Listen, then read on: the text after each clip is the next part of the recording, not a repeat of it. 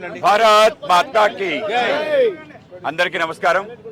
ఇవాళ ఏదైతే రాజ్యసభ 15వ వైస్ ప్రెసిడెంట్ కోసం ఏదైతే ఎన్నికలు జరిగిందో దాంట్లో ఎన్డీఏ కూటమి అద్భుత విజయాన్ని సాధించడం జరిగింది.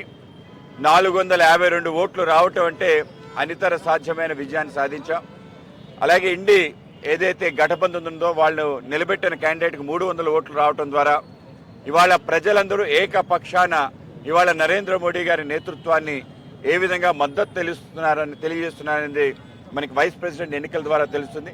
సిపి రాధాకృష్ణన్ గారు చాలా గొప్ప రాజకీయ నాయకుడు, విద్యావేత్త. ఆయన మహారాష్ట్ర గవర్నర్గా ప్రస్తుతం ఉన్నారు.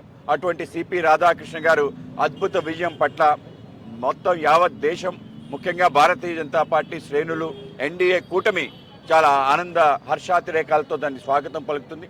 ఇవాళ రాహుల్ గాంధీ వాళ్ళ టీం అంతా కూడా ఒకసారి తెలుసుకోవాలి. అబద్ధాల ద్వారా ఏదైనా విజయం సాధించవచ్చు అంటే వాళ్ళకి పరాజయాల పరంపర ఇంకా కొనసాగుతుంది.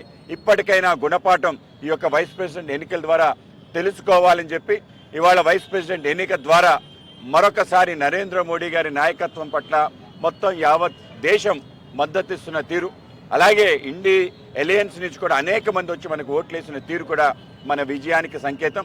ఇవాళ అటువంటి ఒక అద్భుత విజయం సాధించిన సందర్భంగా అనంతపురంలో మన ప్రియతమ వైద్య శాఖ మంత్రివర్యులు శ్రీ సత్యకుమార్ గారు, అలాగే మా జిల్లా అధ్యక్షులు రాజేష్ గారు, అలాగే మా రాష్ట్ర సెక్రటరీ సందిరెడ్డి శ్రీనివాస్ గారు, అలాగే రాష్ట్ర వైస్ ప్రెసిడెంట్ కాపు రామచంద్రారెడ్డి గారు, అలాగే చిరంజీవి రెడ్డి గారు, అలాగే మా వైస్ ప్రెసిడెంట్ దేవానంద్ గారికి, అలాగే మా ప్రోగ్రామ్స్ ఇన్ఛార్జ్ శ్రీ పాతూరి నాగభూషణ్ గారికి, అలాగే ఇతర నాయకులందరికీ కూడా నమస్కారాలు తెలియజేస్తూ తప్పనిసరిగా పెద్ద ఎత్తున మనం ఈ కార్యక్రమాన్ని సెలబ్రేట్ చేసుకోవాలి.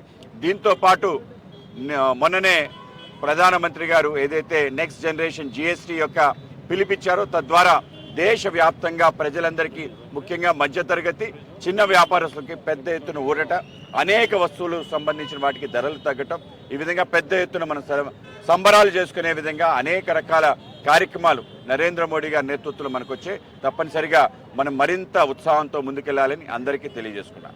భారత్ మాతా కీ.